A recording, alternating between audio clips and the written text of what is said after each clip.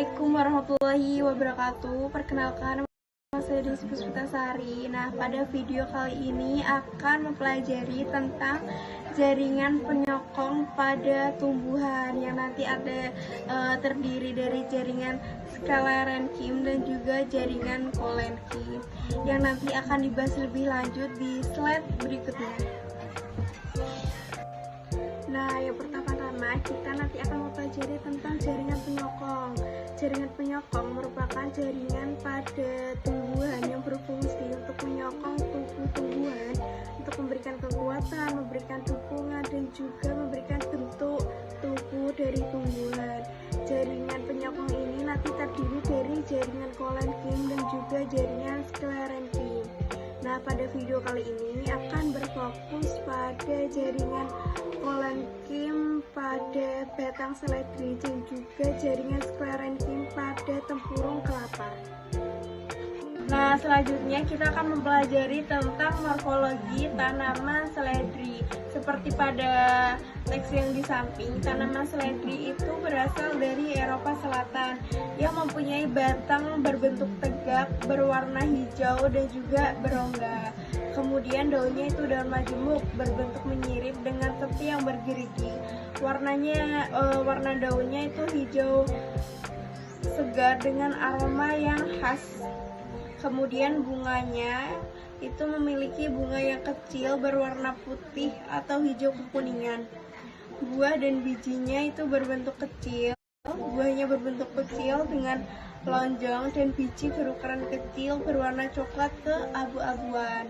Perkembangbiakannya itu dapat diperbanyak melalui bijinya atau stek batang, tergantung pada variasi metode budidaya yang dilakukan pada tanaman seledri. Nah, seperti gambar di atas ya, itu gambaran struktur jaringan collenchyme pada tanaman seledri.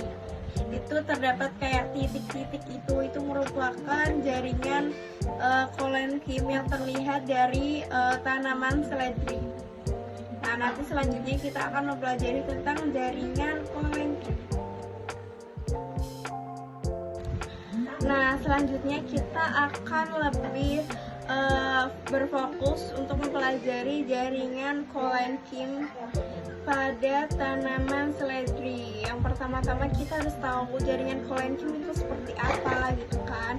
Nah, jaringan collenchyme merupakan jaringan penyokong yang ada pada tumbuhan yang tersusun dari sel-sel hidup dengan dinding yang mengalami penebalan tidak merata, terutama itu pada selulosa dan juga pektin. Collenchyme ini berperan dalam memberikan kekuatan dan fleksibilitas pada organ tumbuhan yang masih muda. Jadi jaringan collenchyme ini memberikan fleksibilitas pada jaringan tumbuhan yang masih muda. Dengan salah satu ciri jaringan collenchyme itu tersusun dari sel-sel hidup yang memiliki protoplasma aktif, kemudian memiliki dinding sel yang mengalami penebalan tidak merata, terutama pada sudut-sudut sel tumbuhannya, pada selulosa, air, pektin, dan juga hemiselulosa. Kemudian jaringan ini bersifat fleksibel sehingga memungkinkan tumbuhan untuk tumbuh dan berkembang tanpa mudah patah. Kemudian fungsi dari jaringan collenchyme ini salah satunya itu memberikan dukungan mekanik pada tumbuhan muda, kemudian menjaga kelunturan organ tumbuhan, terutama pada bagian yang terus tumbuh karena dia kan pada jaringan tumbuhan yang muda. Kemudian fungsi yang terakhir itu untuk melindungi jaringan lain di dalamnya dari tekanan mekanis. Nah, jadi kalau jaringan collenchyme itu dia berkembang pada tumbuhan yang masih muda. Nah, selanjutnya kita akan mempelajari tentang morfologi tanaman kelapa. Tanaman kelapa itu mempunyai nama latin Cocos nucifera L yang berasal dari Amerika Tengah. Nah, salah satu ciri morfologi tanaman kelapa ini itu menghasilkan buah yang unik yang menjadi favorit banyak orang. Kemudian pada buah kelapa ini mempunyai lapisan yang keras yang biasa disebut dengan tempurung kelapa. Nah, pada tempurung ini nanti terdapat jaringan sklerenkim. Tempurung kelapa ini terletak pada bagian tengah dari buah kelapa yang berada di antara sabut dan daging buah. Strukturnya itu bersifat keras karena berfungsi sebagai pelindung utama daging dan juga air kelapa. Ciri umum dari tempurung buah kelapa ini itu berbentuk setengah bola atau oval mengikuti buah kelapa. Kemudian ketebalannya itu bervariasi tergantung pada varietas kelapanya, umumnya berkisar antara 3 sampai 6 mm. Pada warnanya itu mulai dari kecoklatan, coklat muda hingga coklat tua, kehitaman tergantung pada tingkat kematangan buah. Kemudian permukaannya itu cenderung kasar dengan bekas serat sabut yang menempel dan bagian dalamnya itu lebih halus dan mengkilap. Pada strukturnya itu keras dan juga kuat karena tersusun dari lignin dan selulosa yang tinggi. Nah, seperti gambar di atas ya, itu merupakan gambaran struktur jaringan sklerenkim pada tempurung kelapa. Itu nanti terdapat lumen dan juga noktahnya bagian situ. Nah, selanjutnya kita akan mempelajari tentang jaringan sklerenkim yang merupakan jaringan penguat atau jaringan penyokong pada tumbuhan yang tersusun dari sel-sel yang sudah mati.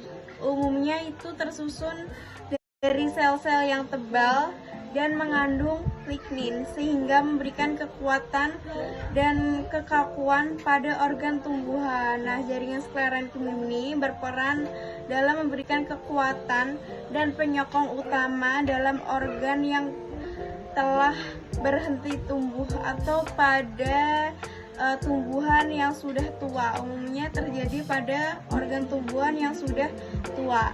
Nah, ciri jaringan sklerenkim ini memiliki sel yang berdinding sekunder yang tebal, umumnya terdiri dari sel mati saat dewasa yang berfungsi untuk memberikan kekuatan mekanis dan tidak mengalami pertumbuhan yang lebih lanjut untuk mencapai bentuk akhirnya.